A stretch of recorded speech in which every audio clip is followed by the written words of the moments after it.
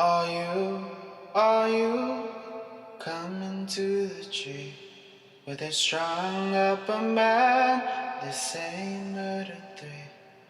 Strange things that happen here. How stranger would it be if we met at midnight in the hanging tree?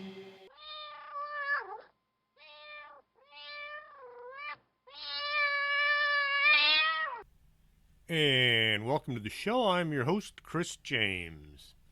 Tonight I am going to be talking about the man behind the curtain. Actually, probably not a man, it could be men and women. Don't forget to swing by the Pan American Courts and pick up your next meal at the 1755 barbecue. We tried the LPRS burgers the other night, and wow, were they good. Just look for the bright red food trailer with the enticing aromas coming from it. Your lips and your stomach will thank you. As we move through life, things that are common knowledge become uncommon. Things like Watergate become things the old folks refer to but have no relevance to the young. What a lot of folks don't know is just about all the major players involved in Watergate break-in were also involved in Dallas in one way or another back in 1963. Something for another show. The reference to the man behind the curtain comes from the Wizard of Oz. When Dorothy is talking to the all-powerful Oz, Toto spots a guy behind the curtain who's actually running the show. Who really runs the world? Every so often we get together and we elect people to run our country so we don't have to be bothered with all the little details. How do we pick these people? I go by what the person has done in the past. How did this person run his or her life before asking us to hire them to run our country? Think about it this way. We, you, me, everybody in this country, own a multi-million-dollar corporation called the United States of America. A bunch of folks come along and they tell us they know what we need in our lives, and if we will vote for them or hire them, they will do their best to make our lives better. A lot of people vote for whoever's running based on which party they belong to. And never mind if that person has a track record that looks like something more associated with a crime family. It's all about supporting that party. George Washington's farewell address is often remembered for its warning against hyperpartisanship. The alternate domination of one faction over another, sharpened by the spirit of revenge natural to party dissension, which in different ages and countries has perpetrated the most horrid enormities, is itself a frightful despotism. They talked weird back then. John Adams, Washington's successor, similarly worried that a division of the republic into two great parties is to be dreaded as the great political evil. Yet today we still have two main parties who are more concerned with staying in power at any cost. The cost is always passed on to us, the taxpayers. Both parties will lie, cheat, and steal in order to stay in power. Here in the U.S., we have laws that say you can't say things in advertising unless they're true. If a company says, if you'll eat Phil Boyd's Studge, you'll lose weight. Anybody catch the H.H. Monroe reference? Anyway, if a company makes a claim, they must back it up. The folks who passed these laws, we must say that we must abide by them, but they also put a clause in that law that said it did not apply to politicians. Politicians can say anything about themselves and their opponents with zero evidence. They write the laws, so they get to disobey them. A lot of folks are confused as to why we have three branches of government and what they do. A lot of our politicians are confused about it as well. The President of the United States, or POTUS, functions as the head of the United States federal government. The President directly oversees all agencies of the executive branch of government and is considered the commander-in-chief of all branches of the United States Armed Forces. The President is the CEO of our corporation. If he screws up making bad ideas, then we get stuck with the bill. Think about this as you head to the voting place. Do you want your company run by some guy who can't balance their own checkbook? There are a lot of politicians who have trouble running their own lives, yet people want them to run our country, which means they're going to be running our lives. The president can only hold office for 10 years. A half term if the vice president should be elevated to the front office, and 2 elected terms in office. This was done once FDR had refused to stop running for president. He was under the assumption that he had all the answers. Maybe he did. We did win World War II. But I kind of get the impression we would have won World War II with or without him. The United States Supreme Court hears and decides appeals from federal circuit courts and from state courts that involve federal law. It also decides constitutional challenges to actions by the legislative and executive branches. The Supremes are appointed for life, so that whichever political party is in power, they can't just fire everybody they disagree with. On hindsight, this might not be such a good idea.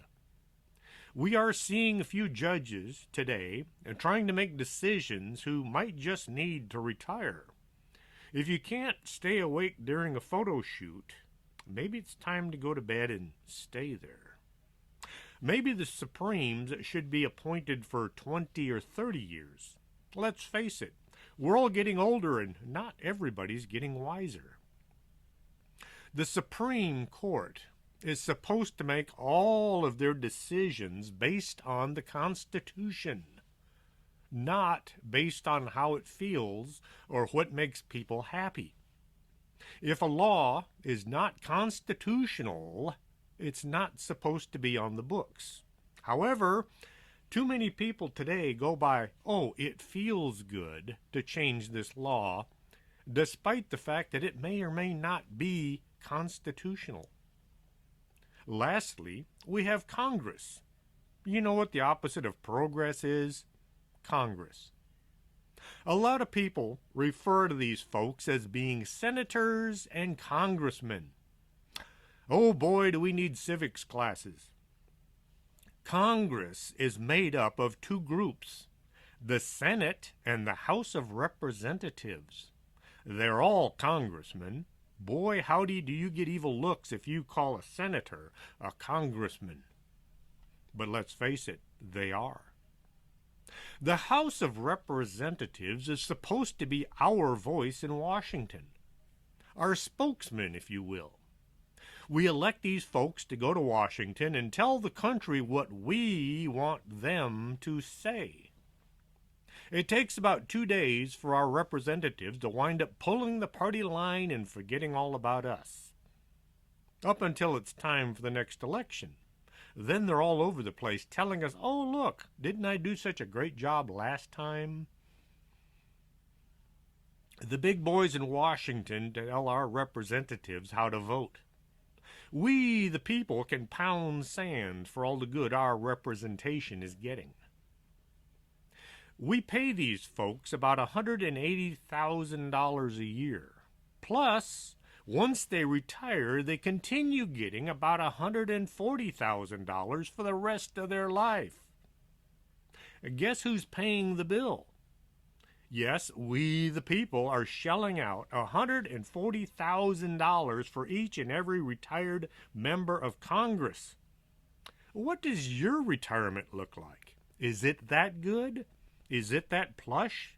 Is it that full of nice little benefits? Probably not. Politicians were not given retirement pay back when the Founding Fathers set things up. They were expected to leave office and continue working as a citizen.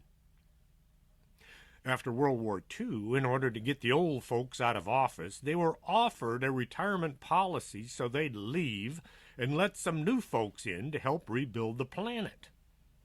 Today, it kind of seems like once they get into Washington, you can't get them out of there, no matter how much bug spray you use. What really makes this so bad is they have been receiving huge gifts, I would call them bribes, from special interest groups the whole time while in office. Most congressmen receive a gift of around $480,000 every year from just big pharmaceutical companies. Haven't you ever wondered how so many people become millionaires while working for us? Sure the heck isn't that $180,000 we're paying them. The Senate was not supposed to have been elected by our vote. When the Founding Fathers put together our government, they said that the states needed a voice in Washington as well as the people. The state legislators would appoint the senators. This way, should some senator get out of line, the state legislators could simply recall them and fire them. The worst president in the history of our country changed our way of doing things. Woodrow Wilson wanted to pass some really bizarre laws giving Washington more power by taking it away from the states. In 1913, right after getting into office, Wilson got the Congress, which was controlled by his party, to change the Constitution by adding the 17th Amendment.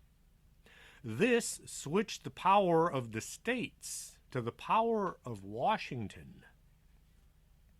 Wilson also segregated the military and the civil service far more than they had ever been before he was elected. He spearheaded the Treaty of Versailles, which led to Hitler in World War II. Wilson also gave us income tax as well as the Federal Reserve. I'm getting a bit off track here, aren't I? Where did things go wrong? It probably happened thousands of years ago when some guy decided that instead of him hunting and gathering, he'd sit back and tell others to go hunt him some dinner and gather him some comfy furniture. He would sit there on his throne and tell other people to bring him food. At one time, the guy who wanted to be king had to be the biggest and baddest guy in his area.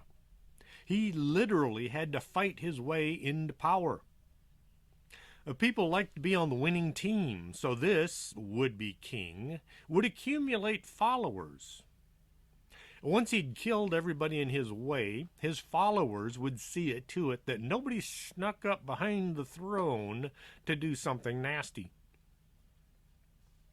How it became popular to marry inside the same family is just plain weird. All those royals in Europe were all cousins. It was required that they marry their own relatives in order to keep the bloodline pure. This led to all kinds of weird birth defects. That's also the subject for a different show. Power tends to corrupt, and total power corrupts totally. A king could have someone killed just because. Well, this led to folks getting together to plan how to get rid of the king and put somebody else in there that they could control. Up until the 1700s, the royals kind of ran the world, and the rest of the people were expected to work, pay their taxes, and to not make any trouble. So who's the most popular target for today? Well, let's begin with everybody's favorite secret society, the Freemasons. Since the middle of the 19th century, Masonic historians have been looking for the origins of the organization in a series of documents they call the Old Charges that date back to about 1425. The Masons say they are directly related to the builders of Solomon's Temple, and one man in particular, Hiram Abath. There's no written record that shows this connection, but that doesn't really matter. They believe there's a connection. The Masons were only the end result of a far different secret organization. In 1129, a small group of knights showed up in Jerusalem and said they were there to protect pilgrims on their way to the city. There were only 9 of them, but they claimed this was a mission from God. They were allowed to bivouac in the remains of Solomon's Temple. The temple had been sacked in 70 A.D., and nobody had managed to fix the place up since. For over 1,000 years, nobody ever tried to fix the place. Talk about procrastination. Well, the knights moved in and made the best of their situation. And they dug. They dug around under the temple looking for secrets unknown. The movies always portray the Templars as hating the Muslims. Well, this isn't really true. In around 1130, an imam arrived wishing to pray in the old abandoned temple. The knights gathered up all their gear and all their horses, and they went out to the street so they could allow this man to perform his ceremony alone. Once he had finished and moved on, the knights gathered up all their gear and moved back into the temple. If they were willing to do that much for some imam who was just traveling through the area, what makes people think that they hated these folks? They didn't really hate them. There were many battles fought between Christians and Muslims where half of the Christian army was made up of Muslims. There were many occasions where some Muslim leader had gone to a Christian leader and said, "Hey, look, if you and your troops will band up with me and my troops, and we can go over to this village or this city over here, and we can knock that guy out of power, and then we'll divvy up the spoils between us." It wasn't about religion. Most of it was about money. Get as much land as they could get their hands on. Well, as they're digging underneath the temple, the Templars must have found what they were looking for, because soon the knights were the most powerful group in all of Europe and the Middle East. They paid no taxes to any king, and they could come and go as they pleased. On the battlefield, the knights were the first ones into the fray and the last to leave. Surrender was not allowed. In battle, if one side discovered they couldn't go on, and it was policy to drop your weapons and give up. The knights and the royals would be taken into custody and then ransomed back to their home countries. You've heard the term a king's ransom. Oh, this was common practice. The serfs and the folks that didn't have anybody to pay for their release would become slaves to the winning side. It cost a lot of money to travel with all your followers. Kings and nobles would travel with dozens, sometimes hundreds of followers. They carried all the things needed to set up camp and feed everyone. Huge chests filled with gold and silver were needed to pay for all the food, lodging, tolls in order to pass through the different countries. This led to a lot of folks being robbed as they traveled through inhospitable regions. The Knights Templar would put your money in a safe place and give you an encrypted note saying you had so much money in their bank. When you arrived at your destination, you could exchange this note for your money. They did charge rent on keeping your money with them. Some folks needed to borrow money to go from place to place, starting wars and killing people. It was against the law to loan money at interest. This was known as usury. The Templars would loan money. The amount of money you borrowed had an extra little amount added at the front, which was in fact interest. It was all in how you wrote things out. Since everything was in code, nobody knew they were charging interest in violation of the law. As with any secret society, rumors began to spread. Nastiness is being undertaken behind closed doors. Anytime you have a worldwide organization with super secret manifestations, somebody is going to make things up.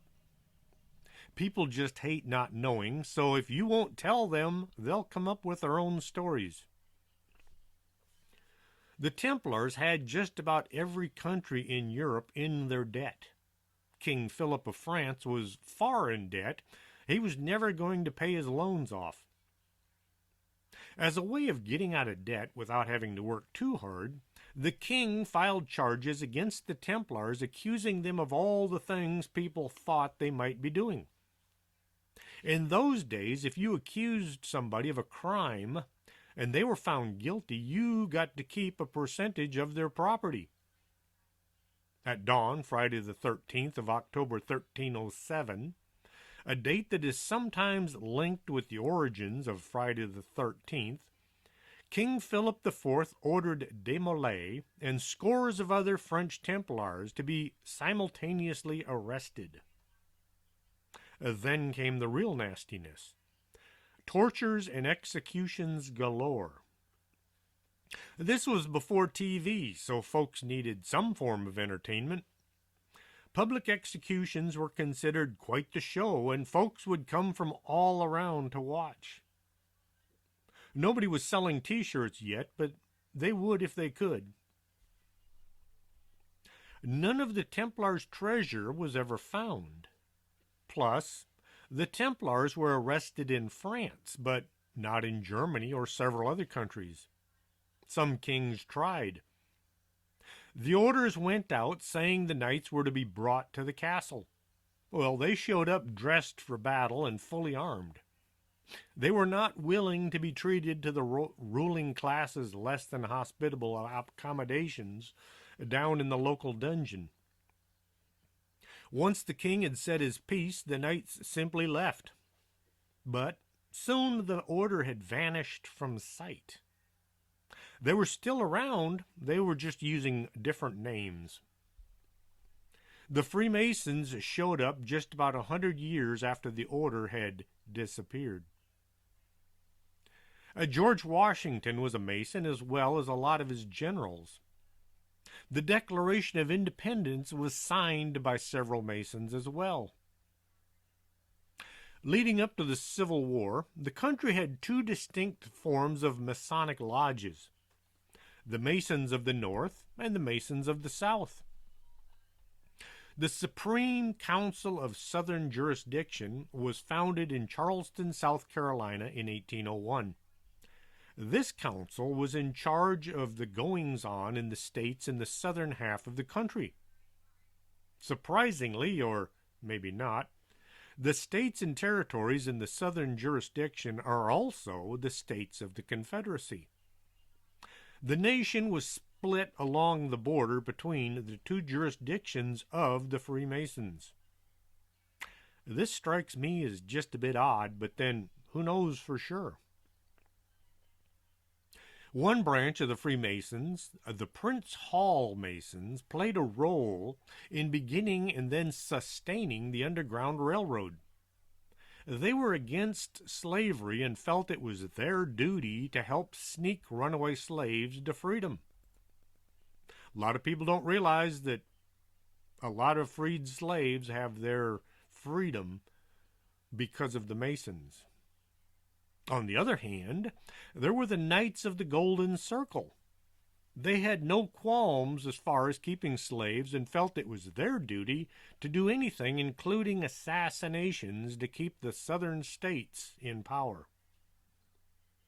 John Wilkes Booth is thought to have been either a member or a sympathizer with the Knights of the Golden Circle, who were in Baltimore at that time. Jesse James is also reputed to have been a member, either during the war or shortly thereafter. Today, Masons are in just about every town and city in the U.S., and stories of everything from black magic to devil worship are dropped at their doorstep on a regular basis. That's what happens when you have so many secrets. Masons aren't bad people. I've known several Masons over the years, and by and far they are some of the nicest folks I've ever met. They say Masons make a good man even better. However, it seems the higher up in the organization you go, the more secretive and unusual they get. No, Masons aren't devil worshippers, but that doesn't mean there aren't a few devil worshippers in high and mighty places in their organization. The Illuminati is a name given to several groups, both real and fictitious. Historically, the name usually refers to the Bavarian Illuminati, an Enlightenment-era society founded in May 1st, 1776. The society's goals were to oppose superstition and religious influence over public life and abuses of state power. Back then, the church was considered to be just as much, if not more, in charge of everything. Kings were crowned by bishops and cardinals. It was just as much a religious event as a political gathering. The Masons said they wanted to create a separation of church and state. Seeing as they were a secret society, we only have their word as to what they had planned for the rest of the world. The order of the day, they wrote in their general statutes, is to put an end to the machinations of the purveyors of injustice, to control them without dominating them. Yes, like I said, they spoke funny back then. The name implies the members were illuminated or advanced in the ways of higher thought. They likened themselves to be smarter and therefore in a much better situation when it came to guiding the world on its path. The path just happened to be the best path for the Illuminati and not necessarily the best one for the rest of the planet. I will agree that smartest people should be allowed to put forth possible ideas as to which way society should advance, but that doesn't mean let them make all the decisions. Just about any time a secret group begins steering things, they will benefit the most, and usually at the expense of everyone else. As soon as it was discovered there were secret societies forming all over Europe, the Pope sent out decrees stating these secret societies were a danger to the world. They were also a danger to the ruling class most of all. Kings got busy passing laws against any secret societies forming in their countries. Well, these laws didn't really dissuade folks from joining.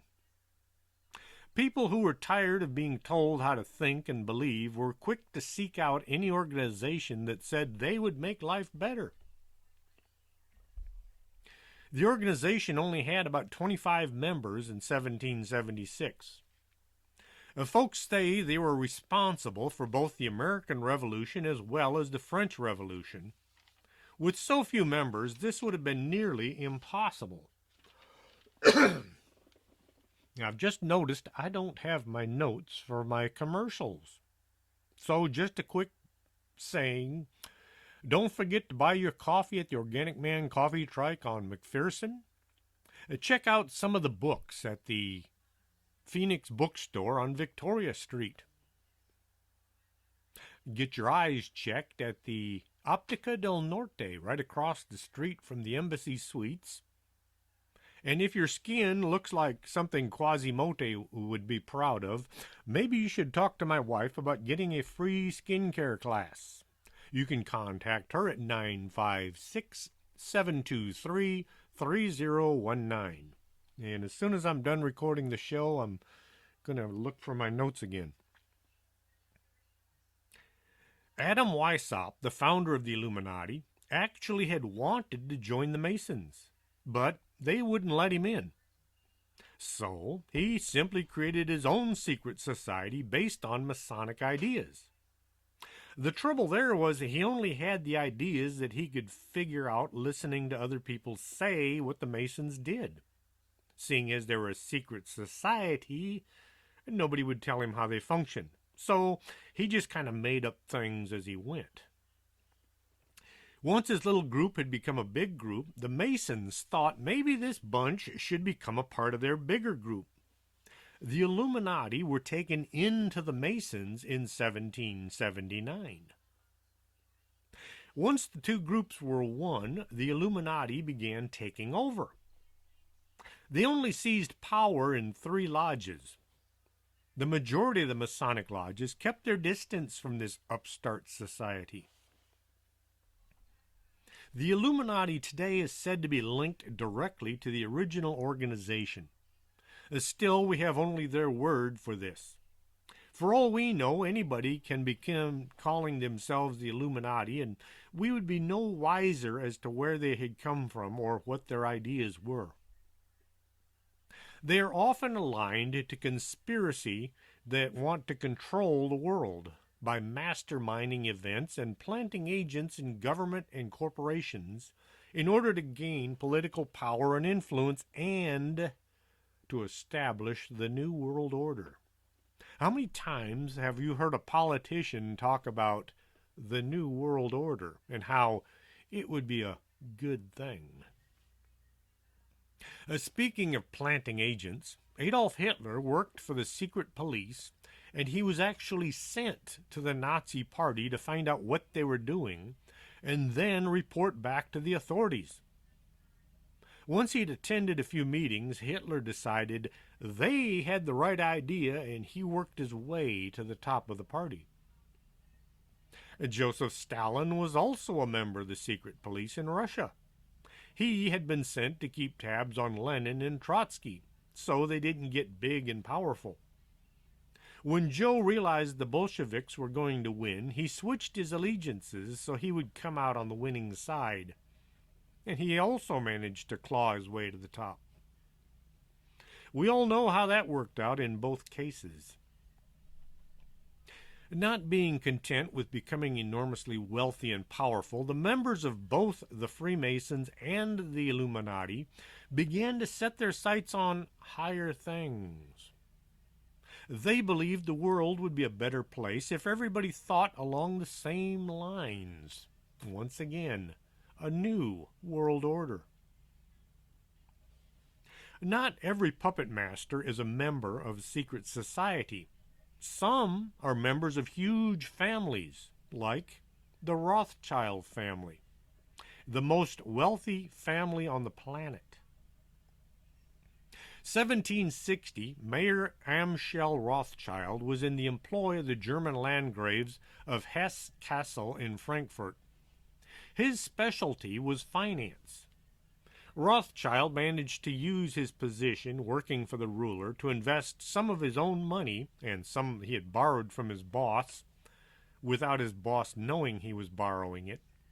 This allowed Rothschild to amass a huge fortune. This he passed on to his family. This wealth was used to establish an international banking family through his 5 sons, who established themselves in London, Paris, Frankfurt, Vienna, and Naples, all of the biggest cities in the world back then. Yes, the name is Jewish, but I doubt anyone in the family has set foot inside a synagogue in decades. They are Jewish in name and ancestry, but they hold none of the values or the faith of their forebearers. A legend among the Rothschild family is one Nathan Mayer Rothschild, who made absolute fortune in the aftermath of the Battle of Waterloo.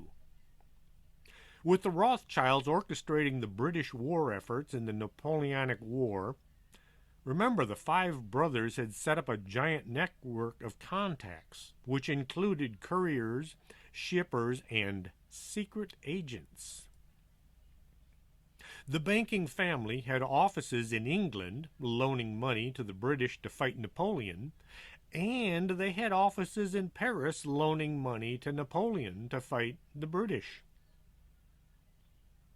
The Battle of Waterloo, fought near Brussels, Belgium, had been raging, and the Napoleon appeared to be on the upside of the battle.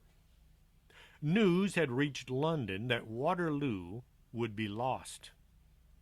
If Napoleon won, he would more than likely be running into England next.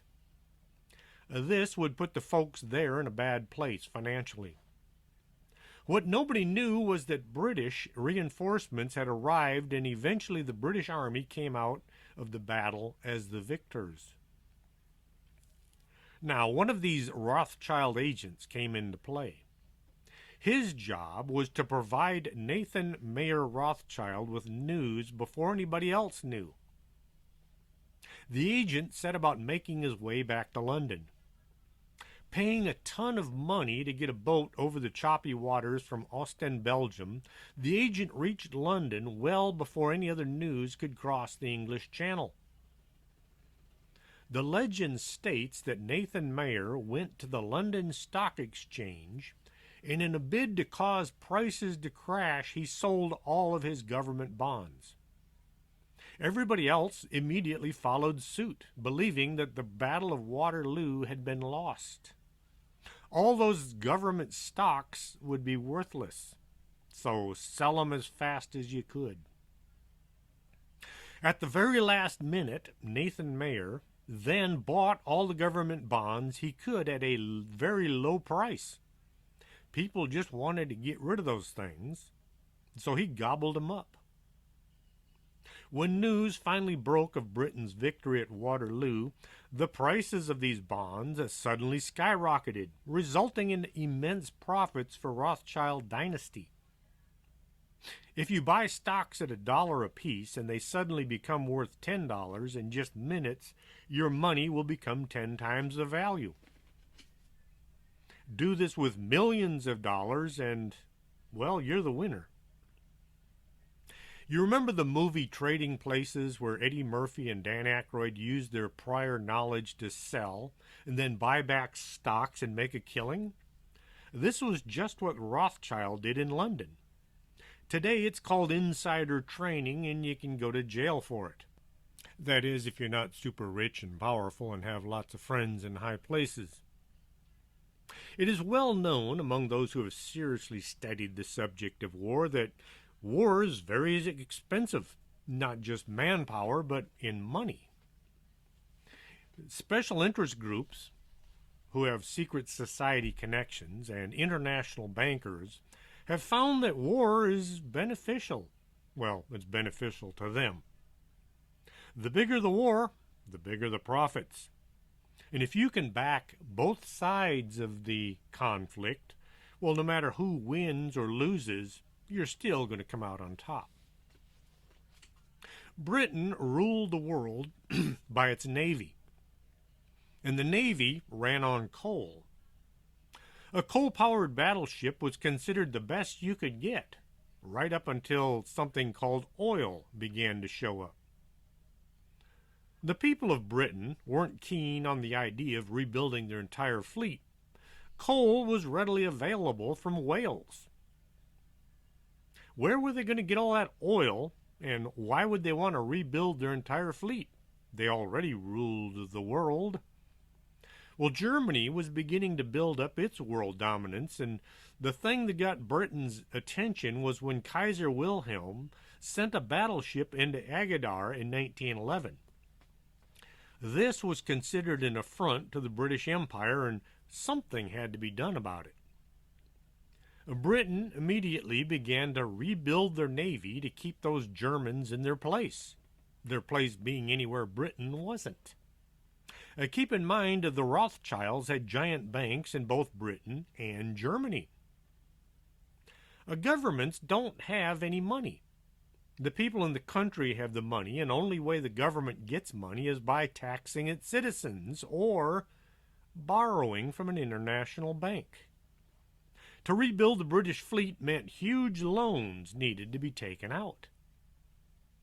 The Rothschild family owned oil production in France and the U.S. through their connections with Standard Oil, which is owned by John Rockefeller, who was in debt to the Rothschild family.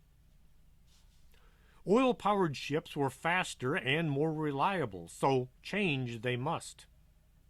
Once the new British fleet was on the water, the government began looking for sources of oil so they could keep their ships at sea and keep their empire afloat. The Middle East was awash in oil, but it was also awash in people who didn't get along with each other. What to do? The usual solution was to start a war. Now, Britain needed oil to keep these new ships afloat.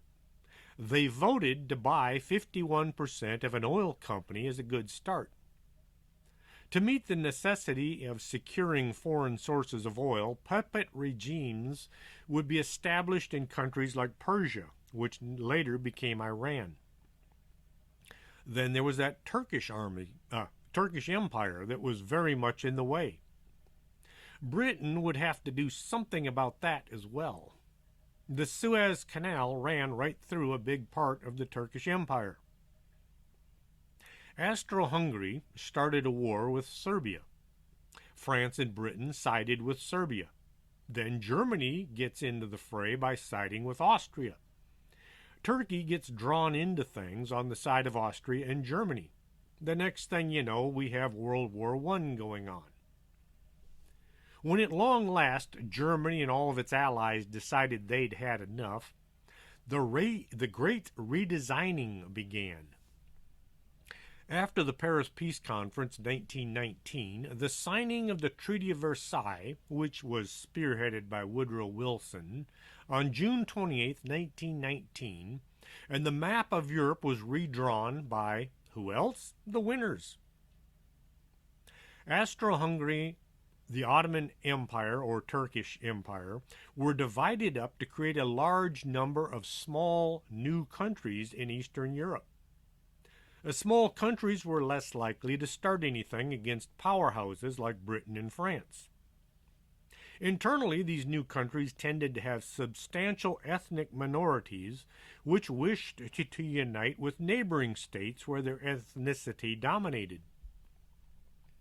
Britain got what they wanted, control of the Suez Canal and oil from the Middle East. And plans for World War II were being drawn up behind closed doors. Let's face it, there's a lot of money to be made during a war. And a world war means world-class financing. You never see any of the great powerhouses lose their money during any war. Someone has to supply the oil, the gunpowder, the raw materials to make a good war even better. The Rothschilds came out on top of both world wars. As World War II was winding down, folks got to thinking they needed to do something right away to see to it these European countries that were awash in devastation then needed to be rebuilt and rebuilt immediately. A small group of international bankers got together to come up with plans to save Europe. Money was needed, so banks were asked for more money. Big banks became enormous banks.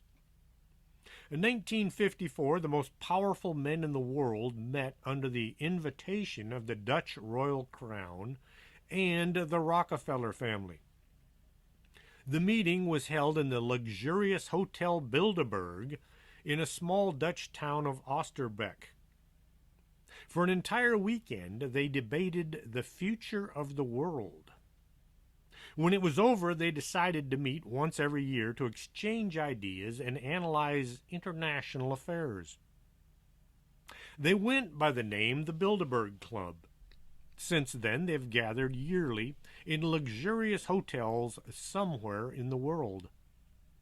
They plan on how to subversively and silently take over constitutional governments everywhere so they can achieve their goals. What is one of their goals? One world government, run exclusively by their hand-picked puppets, and with the largest benefits going to themselves.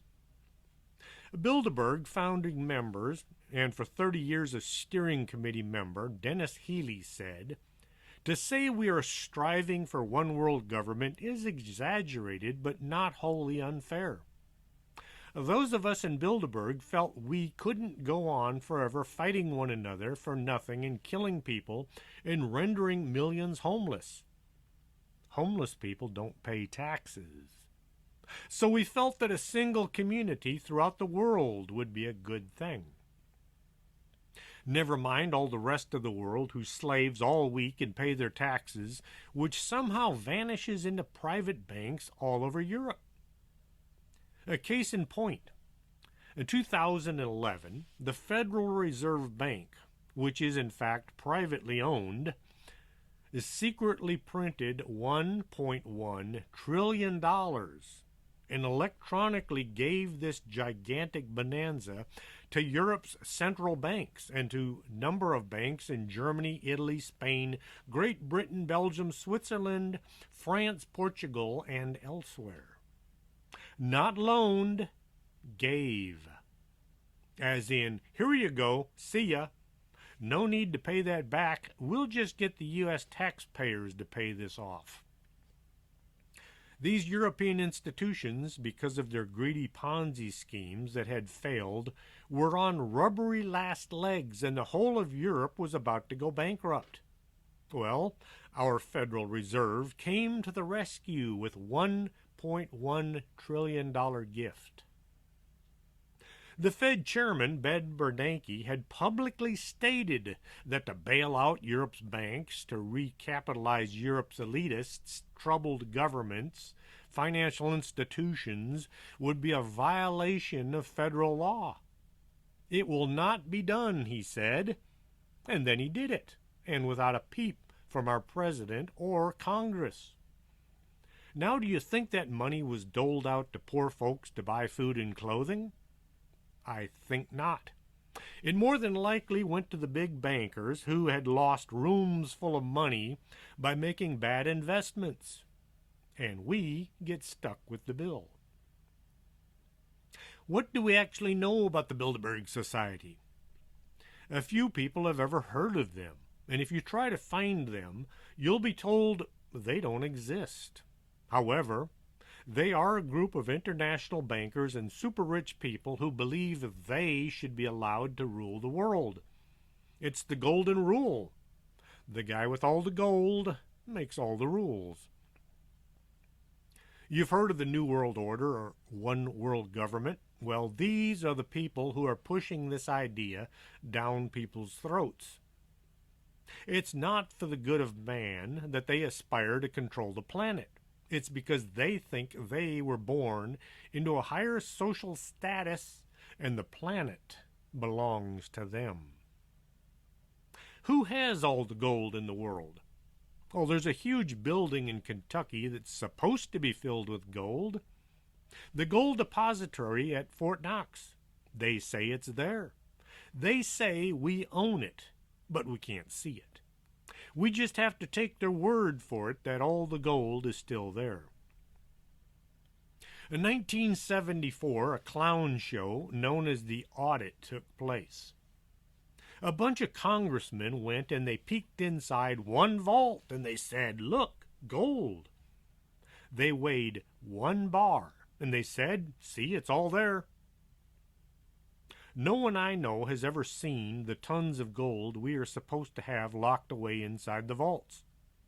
The folks running things base their claim on the fact that the seals are still in place. I remember watching the audit. They took the seals off the vault door without breaking it. The woman in charge said they needed to be careful so they could put the seal back in place when they were done.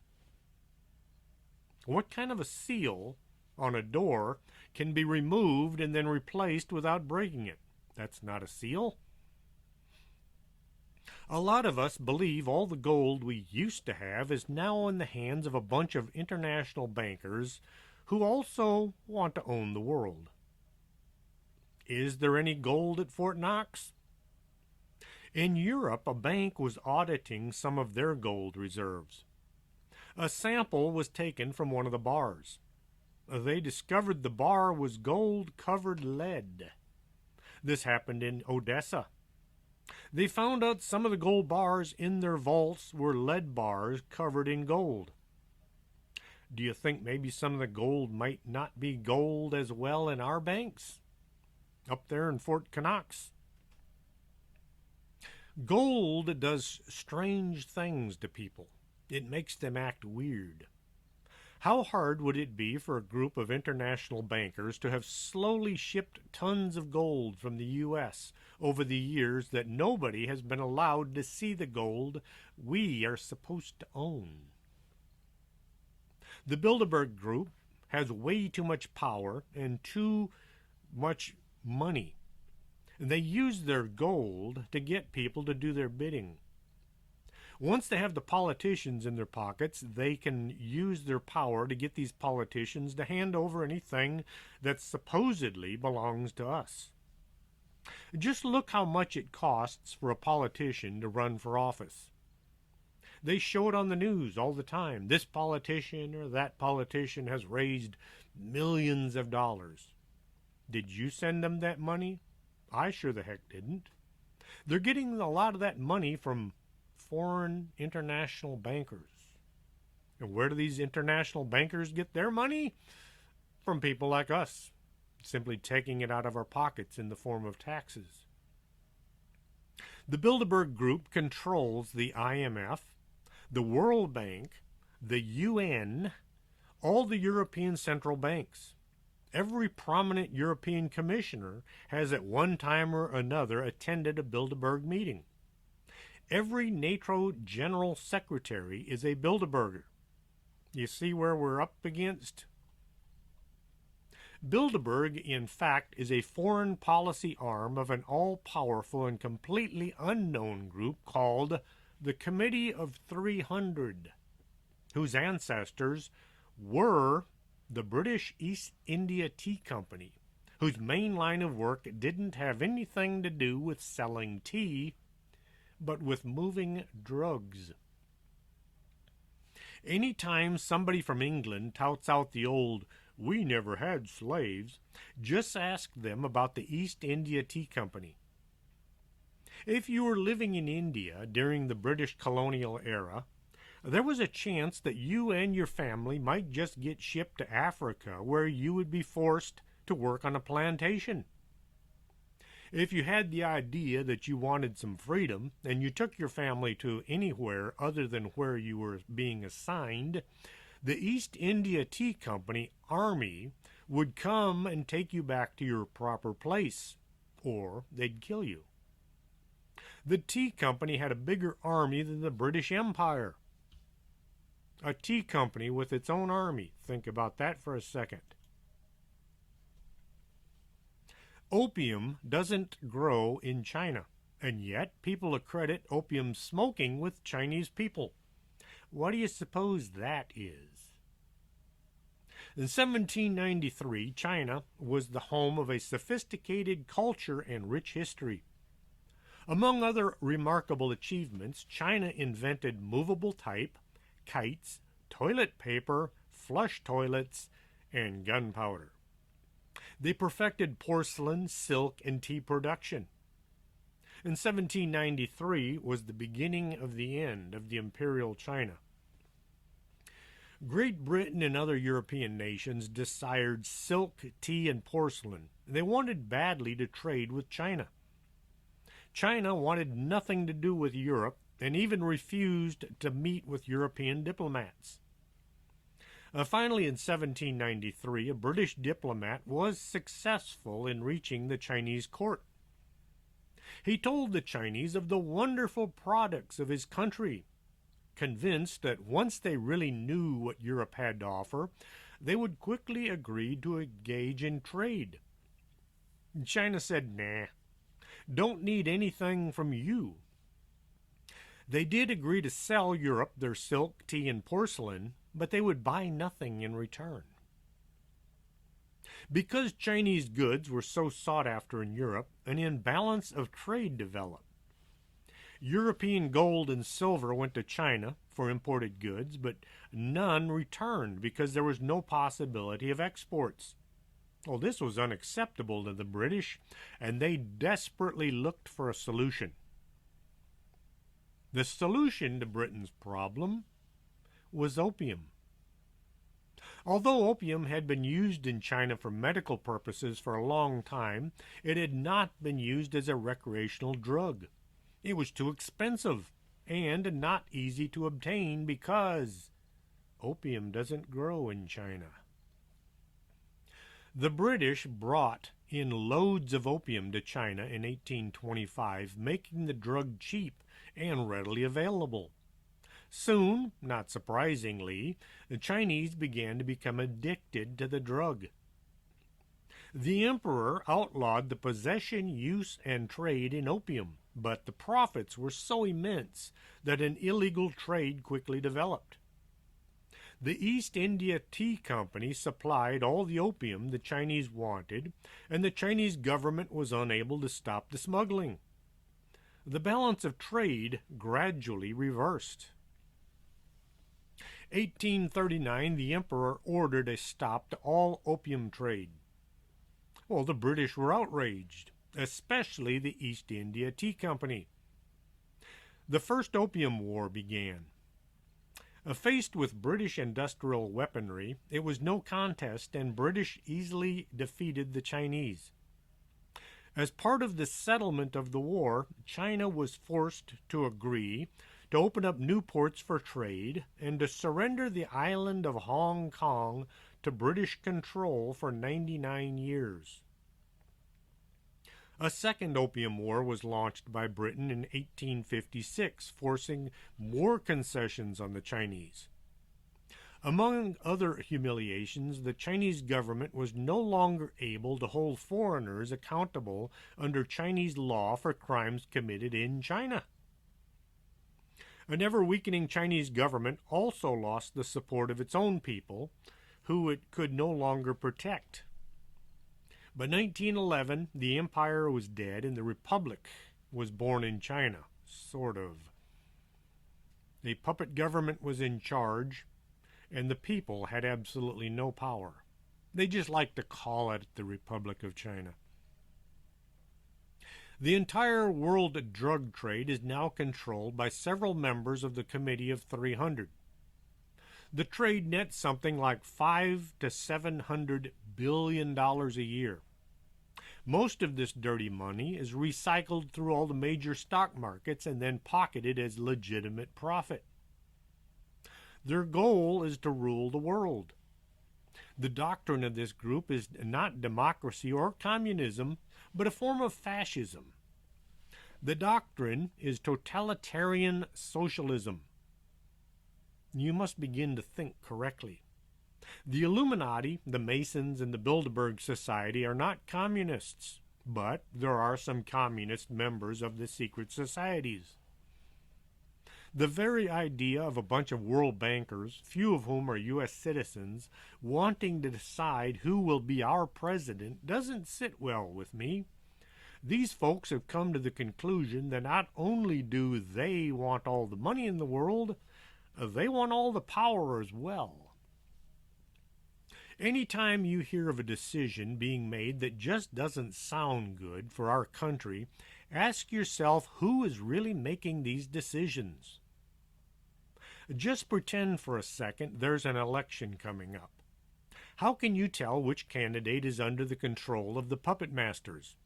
Simple. Just watch the news. The news agencies are mostly under the control of just a few people. So whichever candidate seems to be getting the most positive airtime, regardless of how bad their history is more than likely the puppet master's candidate. The worse this person is, the better, as far as the secret societies are concerned. If their candidate can't stand on their own, then the puppet masters have that candidate under their full control. They sure don't want somebody with no skeletons to hide gaining power in any country on this planet. That way they can pull the strings and get their puppets to dance to any tune they choose. Who would benefit under a one-world government? It sure wouldn't be us at the bottom of the pile. We'll be called on to pay for this, maybe with our lives, but the puppet masters will reap all of the benefits. Some would say these people are devil worshippers. Not so. If there was an altar set up in the heart of one of these secret societies' back rooms, well out of view of prying eyes, it would not have a statue of Beelzebub. No altar to the Horned One would be seen. Sacrifices would not be made to the Dark Lord. No, if anything, there would be a giant mirror mounted in such a way as to show the image of the worshipper. The only thing these people really believe in is themselves. They were born to rule the world, and Lord help anybody that gets in their way. Just because these folks are not worshiping Satan in any of his many disguises doesn't mean he's not pulling their strings. I just think the puppet masters are actually puppets as well. Now, how can we fix this mess? How about looking at the folks who want to run our country and ask yourself, is this the right person for the job? Stop getting your information from news services that are all controlled by a few people who, in turn, are controlled by the international bankers. There are only a dozen companies that run every channel on TV, and guess who controls most of them? There are fewer than that many news agencies. They all get their marching orders from the same source, one world government or New World Order. If you flip back and forth from the different channels watching the news, you'll hear all of the talking heads saying the exact same thing, like they're reading the same script. Look at the people who want your vote and ask yourself, did this person have our best interests at heart, or is their allegiance to some international banker who's pulling their strings? Hope you enjoyed tonight's show. If you did, tell your friends. Let them listen as well. If you have any ideas for a show you'd like to hear in the future, you can drop me a note at strangethings@arkanasa.com. Until next week, this is Chris James. Are you coming to the tree where they strung up a man? They say murder 3. Strange things that happen here, how stranger would it be if we met at midnight in the hanging tree?